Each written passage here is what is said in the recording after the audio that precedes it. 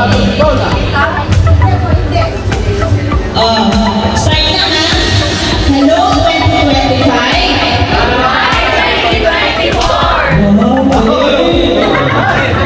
Goodbye 2024. Ay, ready na tayo. Ayan, mataas na pala ang energy. So, pwede na tayo mag-start.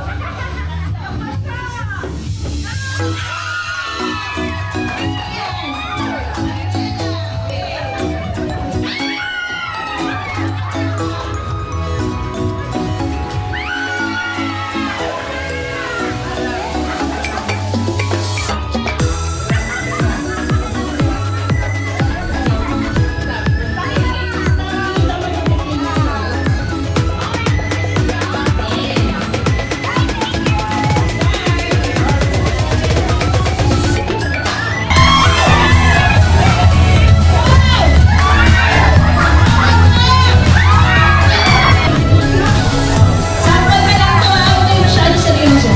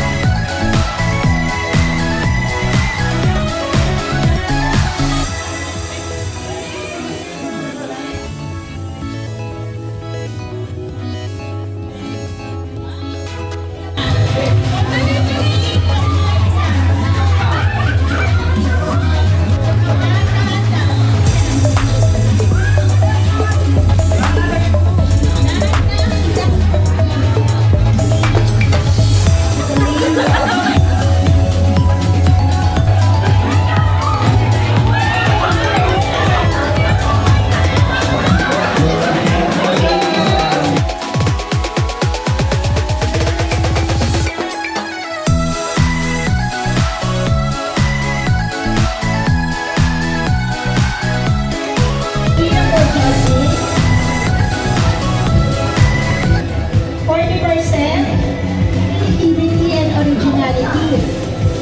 Nakakakaiba, hindi pa nagawa, tsaka hindi tinapya sa TikTok or YouTube o walang pinapakita ang pinagdayaman.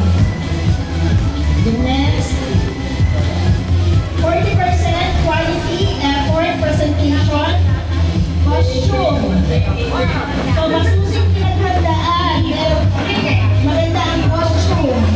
Obvious na merong effort. Yan. 20% overall appeal.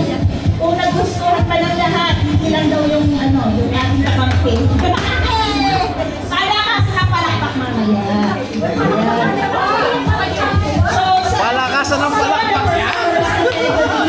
ang prizes po natin, yung winner po ay makakatanggap ng 2,000 pesos plus house and lot.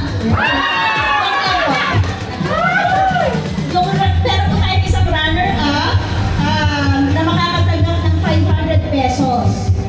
So, depende na po kung runners-up po yan o runner-up lang. So, depende sa ating mga judges. Okay, pwede na po ba tayo mag-start? So, yung first participant po natin, si Jasmine. Wala ba kayong mga kamay dyan?